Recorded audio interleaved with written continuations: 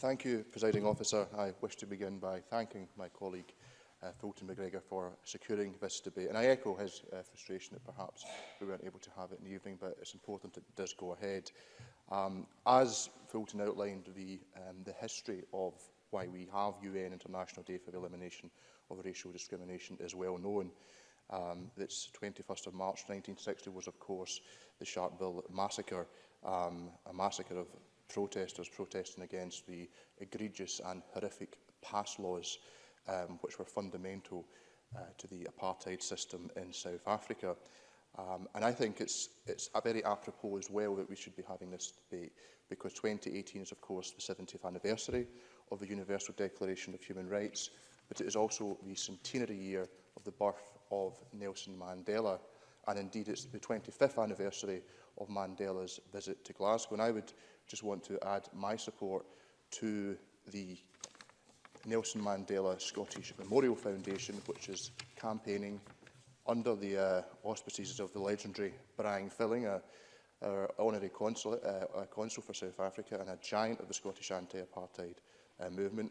And I want to lend my support to that campaign, because I think it's incredibly important that we recognise Mandela's contribution, because one of the great actions that we have taken in Scotland in challenging apartheid was, of course, the renaming of St George's Place to Nelson Mandela Place, where, of course, the South African consulate was located.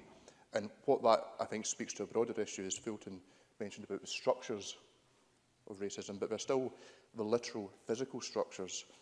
If anyone who walks through Glasgow, Buchanan after Anne Buchanan, Glassford after John Glassford, the very magnificent properties we see were financed from the most egregious form of exploitation through slavery, the most egregious racist system that has ever existed. And that's something that I think we must take cognizance of, and recognising Scotland's colonial history. We can sometimes be rather prone to slapping ourselves in the back and saying we're all Jack Tamson's bairns, but the legacy is hardwired into our own architecture, our own history.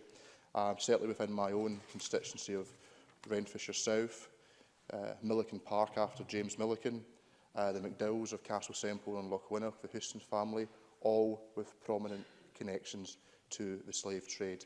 And I think it's worthwhile, I think the lack of awareness of that and the lack of awareness of Scotland's history and connection amongst many people is something we do have to address. There is a specific point I want to pick up from Fulton's motion, and that is on the Race Equality Action Plan. Section 3 of that plan makes reference to health, and I think that's very important, and specifically with improving the uptake of HIV testing, especially in the African community.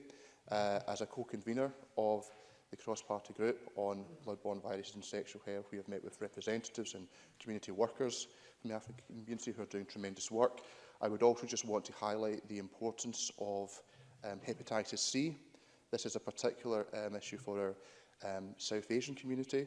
The Hepatitis C Trust suggests that prevalence of hepatitis C in the South Asian community in the UK is 2 to 4%, which is 4 to 8 times higher than the rest of the population.